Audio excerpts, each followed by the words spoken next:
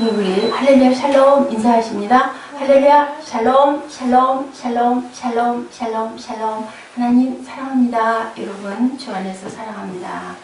오늘 다윗이 암몬과 아람을 전체적으로 암몬 자손의 나하스가 죽고 아들이 대신하여 왕이 되니 다윗이 가로되 하늘의 아비 나하스가 전에 내게 은혜를 베풀었으니 하고 돌아간 것에 대한 조성한 이야기, 은혜를 받고자 했던 그 이야기, 그리고 에베소서 2장 8절에서 10절 말씀 하나님의 선물이라 하십니다. 이 말씀을 가지고 하나님의 선물이라 그 제목을 가지고 저희들 말씀을 한번 나눕니다. 백성들끼리 서로 친절하게 지내고 특히 감사하는 것 참 좋은 일인데, 그래서 그 아버지의 많이 도와주었던 부분이 생각이 나서 다윗 왕이 하늘의 아비 나하스가 전에 내게 은혜를 베풀었으니 돌아가셨으니까 내가 조상을 하겠다 해서 보냈는데 어떻게 됐어요? 암몬 자손의 방백들이 하늘에게 고하되 왕은 다윗이 조문사를 보낸 것이 왕의 부친을 공경함인 줄로 아시나이까. 왕에게 나온 것이 이 땅을 엿보고 탐지하여 함락시키고자 함이 아니니까 이렇게 얘기를 합니다.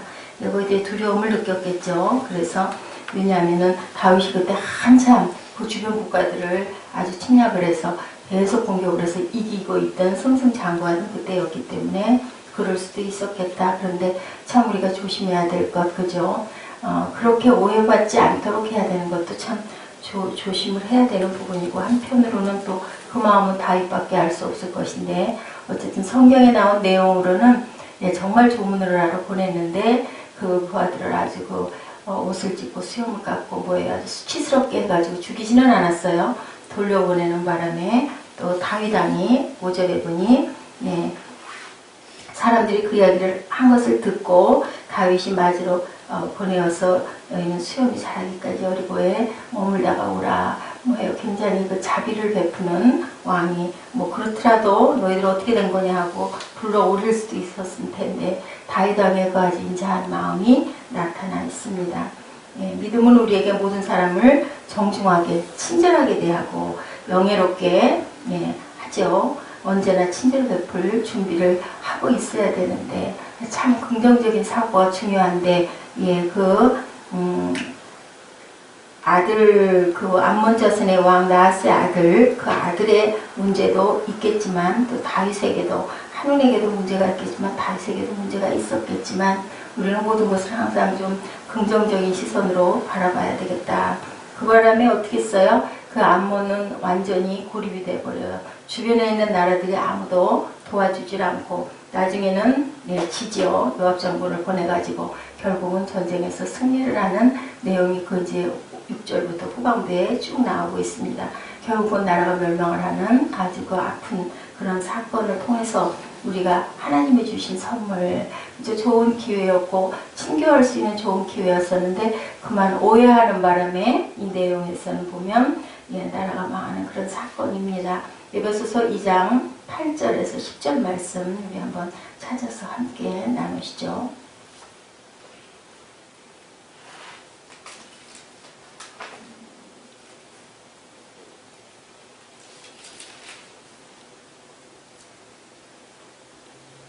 함께 합독하십니다. 너희가 그 은혜를 인하여 믿음으로 말미암아 구원을 얻었나니 이것이 너희에게 난 것이 아니요 하나님의 선물이라. 행위에서 난 것이 아니니 이는 누구든지 자랑치 못하게 함이니라. 우리는 그의 만드신 바라 그리스도 예수 안에서 선한 일을 위하여 지으심을 받은 자니 이 일은 하나님의 전에 예비하사 우리로 그 가운데 행하게 하려 하심이라. 하나님의 귀한 뜻이 나타나 있습니다. 이랬던 하눈의 그 아들 하눈이 그 잘못했던 그런 부분, 그것을 이제 보니 하나님의 아름다운 선물이다.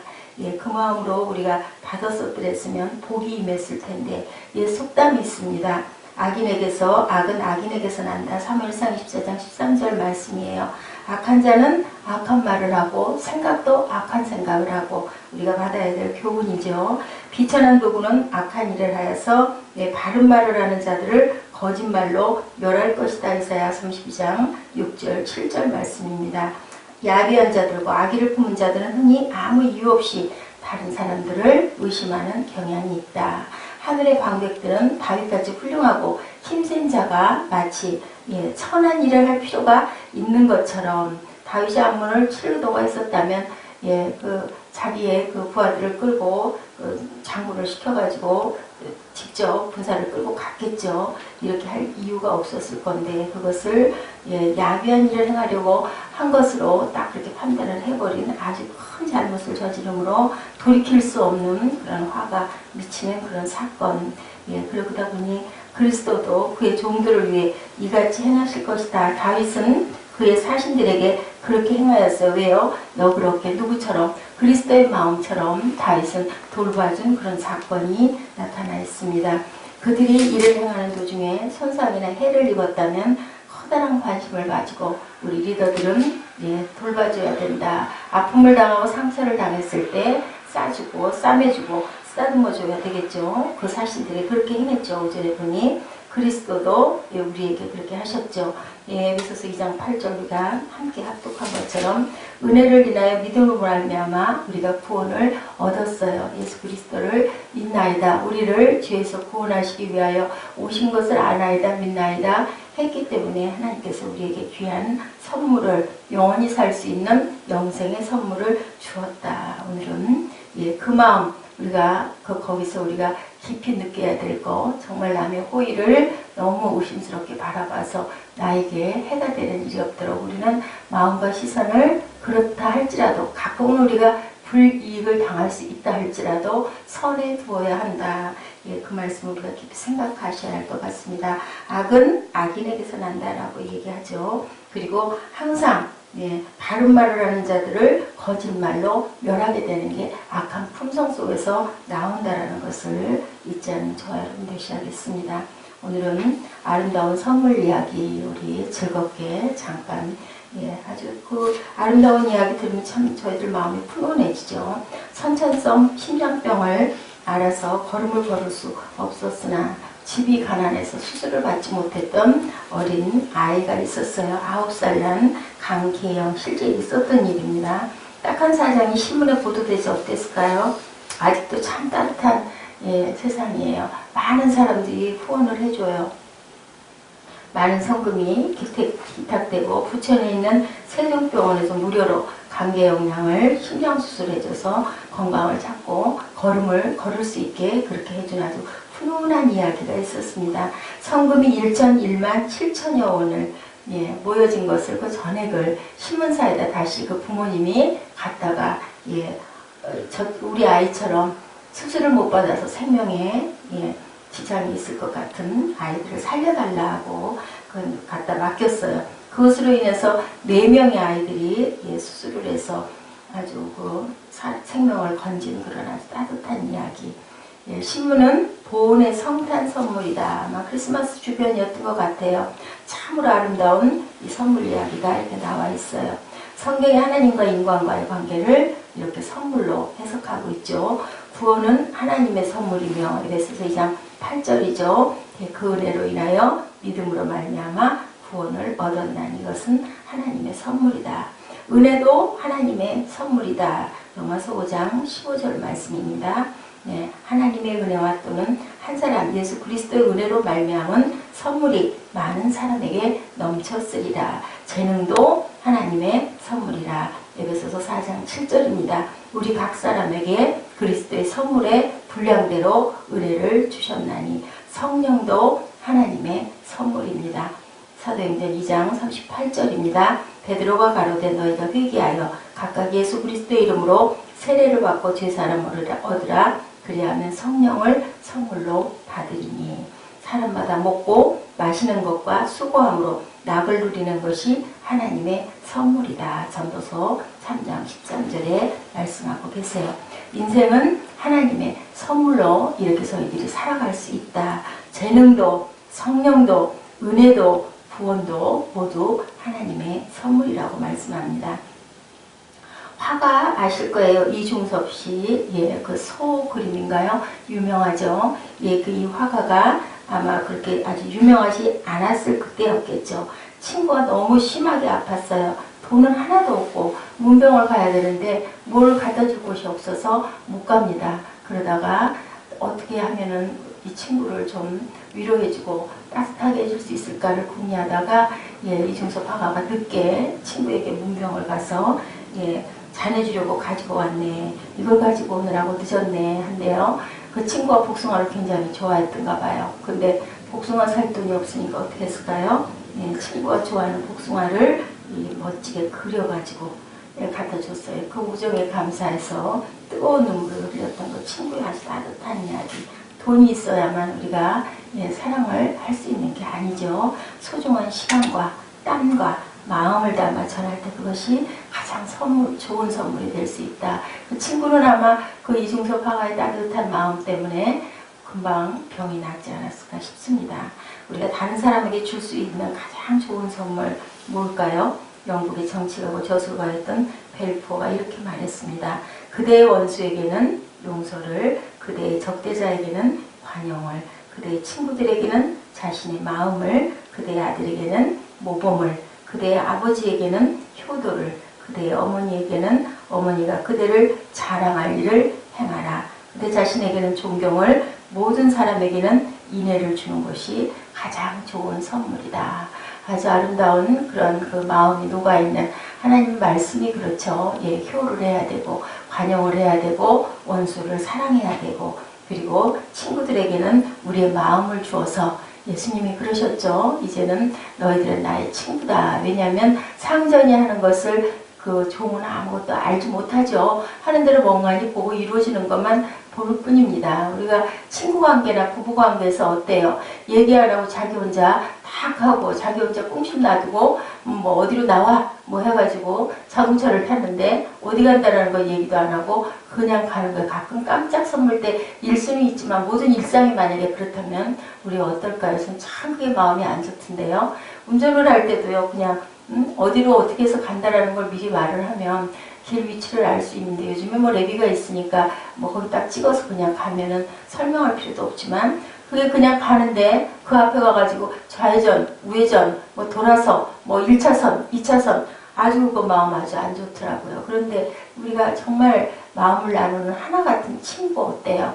같은 동성 친구도 그럴 수 있죠. 우리 중고등학교 시절에 단짝 친구 같은 경우에는 뭐 정말 떨어져 있어도 밥 먹었니? 뭐 했니? 아주 열심히 서로 문자를 주고받고 했던 그런 기억이 납니다. 이런 것처럼 우리가 마음을 주는 거죠. 그것이 가장 따뜻한 사랑이고 효도다. 부모에게도 마찬가지죠. 수시로 아무것도 아닌 일상일지라도 연락하고 자잘한 것도 서로 상의하고 그것이 가장 좋은 효도라는 생각을 합니다. 그대의 어머니에게는 어머니가 그대를 우리 아들이 우리 딸이 그죠? 부모님은 그게 아주 제일 기쁘잖아요. 내가 한 것보다 더 기뻐요. 그게 부모의 마음과 사랑이라는 거죠. 그 자랑할 일을 해라. 그대 자신에게는 존경을 남들이 존경하는 그러한 우리의 인품을 갖는 것이 가장 중요하지 않을까 싶습니다. 모든 사람에게는 사랑하는 마음을 주는 것이 가장 좋은 선물이다라고 벨포가 이렇게 얘기했는데 성경이 그대로 녹아있는 그러한 말씀입니다.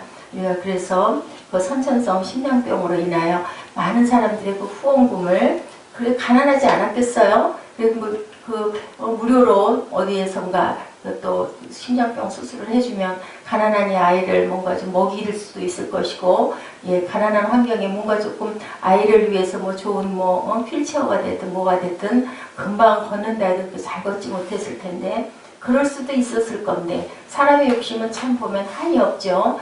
근데 많은 돈 어떻게 보면 굉장히 많은 돈이지만 그렇게 많은 돈 아니에요. 1,000만 원을 게다가 1,000만 원에 보니까 1만 7천 원이에요. 1만 7천 원. 그 뭘까요? 들어온 전액인 것 같아요. 그거를 또 다시 신문사에 갖다 주면서 우리 아이와 같은 아이들이 있을 겁니다. 고쳐주십시오 하고 돌려내는 그 따뜻한 이야기. 아까 어디에 우리 19장에 한운 아비 나하스 얘기 있죠. 아들 한운이 그런 마음을 먹어서 결국 나라가 멸망했는데 이렇게 따뜻한 마음과 믿는 마음을 서로 가졌더라면 세상에 전쟁이 없고 아름다운 나라가 서로 돕고 그죠? 그렇게 살아갈 수 있었을 텐데 안타깝다라는 생각이 들어서 제가 에베소서 2장 8절에서 10절 말씀을 근거로 해서 하나님이 주신 선물이다. 우리의 마음이 하나님이 주신 선물이다. 그리고 우리는 항상 긍정적이고 선한 마음을 품고 남에게 선물을 줄 수 있는 건 돈으로 무엇으로 주는 게 아니라 우리 마음을 주는 거죠. 이중섭 화가의 마음처럼 그런 마음이 들어서 제가 여러분과 함께 오늘 말씀을 나눠봤습니다. 우리가 원수에게 용서를, 우리가 아주 잘못한 사람도 용서해 줄 수 있는, 당장은 안 되지만 우리가 화가 나죠. 마음이 우리 마음 안에 악한 죄성도 있고 또 타고난 품성들이 있기 때문에 여러 가지의 그 모습으로 나타납니다. 기분이 좋을 리가 없죠. 어떤 분은 아주 말을 안 해버리거나 그 사람을 딱 외면해버리는 사람도 있어요. 어떤 사람은 저 같은 경우는 막 속이 상하면 속으로 색이 다 안 되는데 막 어디다가 좀 퍼대고 누구에게 하소연을 하고 얘기를 하고, 저 같은 경우 그러고 나면 풀어버립니다. 그리고 적대자에게는 또 관용을 베풀 줄 아는, 아까 그 한원 같은 경우에 그랬으면 얼마나 좋았을까. 온 조금으로는 신하들 마음에 안 들더라도 조금 좀 내가 좀 조심해야 되겠다라는 부분 조심을 하더라도 그렇게 수치스러운 모습까지 해서 보내지 않았더라면 그렇게 그 나라가 화를 당하지 않을 것인데, 결국은 그렇게 해서 큰 화를 당하는 그런 경우, 우리 마음에 항상 선을 품고 살아가야 되겠다. 그렇게 했을 때 상대방들도 또한 나에게 관용과 인애를 베풀 수 있는, 누구의 마음에? 예수님의 마음이죠. 그런 마음을 어떻게 해서 다윗은 신하들을 보내가지고 거기에 여리고에 머물다가 수염이 길면 돌아와라. 아마 그때는 수염이 이렇게 깎여버리면 엄청 수치고 수염을 다 몽땅 깎았는지 어땠는지는 모르겠지만 어찌됐든 간에 그 부하들을 사랑하는 마음, 살피는 마음, 인애의 마음을 가졌던 다윗왕. 이런 마음들을 통해서 우리 일상에 귀한 귀감이 돼서 삶이 예배가 될 수 있는, 하나님의 기뻐하는 행위에서 난 것이 아니죠. 자랑할 수가 없죠. 우리가 구원받은 그것은 그 은혜를 우리가 감사하는 마음을 품는 귀한 그 주일 다음 날 첫날이죠. 이런 날 직장에서나 학교에서나 어느 곳에서나 가정에서나 이런 마음을 아름답게 품고 살아간다면 주변이 더욱더 따뜻하지 않을까 싶습니다. 우리 기도하시겠습니다. 그대의 원수에게는 용서를, 그대의 적대자에게는 관용을, 그대의 친구에게는 자신의 마음을, 그대의 아들에게는